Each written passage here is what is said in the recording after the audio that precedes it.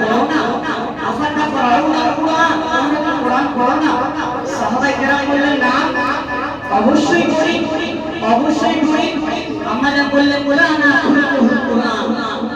প্রিয় নবী সাল্লাল্লাহু আলাইহি ওয়াসাল্লামের জীবন আদর্শ কুরআন। আমরা আমাদের সমস্ত জিজ্ঞেস করতে এসেছে নবী করিম সাল্লাল্লাহু আলাইহি ওয়াসাল্লামের জীবন আদর্শ দেখো, তাহলে কি হবে? তাহলে আমাদের জীবন পরিবর্তন হয়ে যাবে। আমরা দূর দূরান্ত থেকে, দূর কত সপ্তাহে আমাদের ইমাম ভাই আনহু আসসালামু বয়ান নিয়ে বিশেষ গুরুত্বপূর্ণ কিছু কথা বলছিলেন। আমি কথা বলবো। তো এই আঞ্জুমান ইসলামুল বয়ান এটা আমাদের কাছে আল্লাহ দেওয়া একটা নিয়ামত। বিশ্বাস করো, এটা আল্লাহ দেওয়া একটা বড় নিয়ামত আমাদের কাছে। কারণ দেখতে দেখতে একটা ছেলে মাদ্রাসায় 5 বছর 6 বছর 7 বছর পড়ার পরে সেই নামুল শুরু যদি হাফেজ হয়, তার ইমামতি করতে হবে না? নাকি ইমামতি করতে হবে। তো ইমামতি করতে গেলে তো বক্তব্য জানতে লাগতে হবে নাকি? কেউ যদি গ্রামের একজন হঠাৎ মানুষ মারা যায়, সামনে দাম করে দিয়ে তো দূর থেকে শিখবে। এই আঞ্জুমান থেকে শিখতে হবে, এই আঞ্জুমান থেকে শিখতে হবে। নবী করিম সাল্লাল্লাহু আলাইহি ওয়াসাল্লাম আসহাবে সুফাই সাহাবায়ে কেরামদের তালিম দিয়েছেন। সাহাবায়ে কেরামরা ফুটন্ত অবস্থায় পিঠে পাথর মেরে সেখানে নবী হাদিস শুনতেন, নবীর মুখের কথা শুনতেন, কিছু শেখার জন্য। তাদের শেখার একটা আগ্রহ ছিল, আর আমাদের শেখার কোনো আগ্রহ নেই। একটা কথা, যেখানে কষ্ট থাকবে না, কষ্ট থাকবে না, ইলমে নবুওয়াত আমরা অর্জন করতে যাব। জিন্দেগি কোনোদিন ইলমে নবুওয়াত তার দ্বারা অর্জন করা সম্ভব হবে না। কষ্ট করতে হবে, কষ্টের সঙ্গে সঙ্গে ইলমে নাবাবি। আমরা ইলম অর্জন করতে এসেছি, বাড়িতে কোরআন করতে এসেছি। আমরা হিফজে কোরআন বুঝতে পারছি না, মাওলানা করে এটা মুখস্থ করছি। তো এটা এমন একটা ইলম, ওয়াল্লাহি এমন একটা ইলম, যদি কষ্টের সঙ্গে না থাকা হয়, জিন্দেগি এই কারণ মধ্যে ঢুকবে না, জিন্দেগি ঢুকবে না। কষ্ট থাকতে হবে, কষ্টের সঙ্গে সঙ্গে এই ইলম আসবে। ছোট্ট একটা হাদিস বলবো। নবী করিম সাল্লাল্লাহু আলাইহি ওয়াসাল্লাম, হাদিসটা আবু হুরায়রা রাদিয়াল্লাহু তাআলা আনহু থেকে বর্ণনা। নবী করিম সাল্লাল্লাহু আলাইহি ওয়াসাল্লাম একদম অদ্ভুত ভাষায় বলতে হবে। নবী করিম সাল্লাল্লাহু আলাইহি ওয়াসাল্লাম সাহাবাদের নিয়ে কথা বলছেন। যেমন আমাদের আলিম ওলামা জলসার মজলিস হয় না, হয় না? তো নবী করিম সাহাবায়ে কেরামের নিয়ে বসে বসে কথা বলছেন। হঠাৎ করে নবী কারোর সামনে কথা না বলে মজলিস থেকে কথা বলতে বলতে কথা বলার মাঝখানে চলে গেল। কোথায় গেল না কেউ জানে না। সাহাবায়ে কেরাম খুঁজে খুঁজে হয়রান, সবার মনে একটা ভয়, কোথায় গেল? সবে ইসলাম প্রচার শুরু হয়েছে। নবী কথা বলতে বলতে কারণ বলে গেল যে হঠাৎ করে চলে গেল, কোথায় গেল? কোথায় গেল?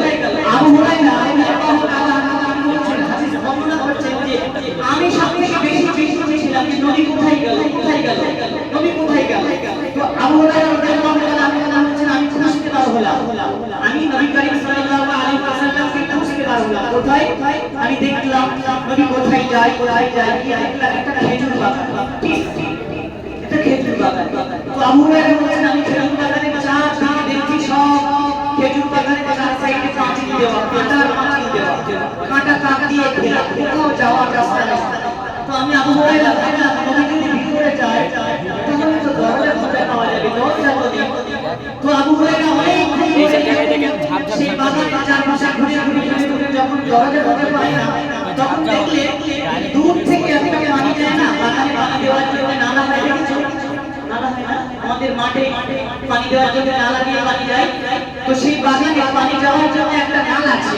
আবু হুরায়রা রাদিয়াল্লাহু তাআলা আনহু বলছেন আমি ওই নালা দিয়ে কি করলাম, আমি ওই নালা দিয়ে সিরাজ যেমন করে একটা হাদিস এইভাবে এসেছে, সিরাজ যেমন পুলিশ দক্ষিণ মুরগি আনে না? হ্যাঁ। তো আমি আবু হুরায়রা নালা দিয়ে প্রবেশ করা যায় না, আমি তাও কষ্ট করে কি করলাম, সেই নালার মধ্যে ঢুকে বাগানের মধ্যে প্রবেশ করলাম। তো বাগানের মধ্যে প্রবেশ করে দেখি দূরে দিয়ে দেখলাম নবী করিম সাল্লাল্লাহু আলাইহি ওয়াসাল্লাম আমাদের কাছে কথা বলতে বলতে চলে এসেছিল। নবী একটা গাছ তলায় বসে আছে, একদম ধ্যান করে বসে আছে। আমি আবু হুরায়রা নবীর কাছে যেতে ভয় পাচ্ছিলাম, না জানি কি বলে না বলে। তো আমি আবু হুরায়রা নবীর কাছে গেলাম, যাওয়ার পর থেকে নবী সাল্লাল্লাহু আলাইহি ওয়াসাল্লামের চোখের মোবারক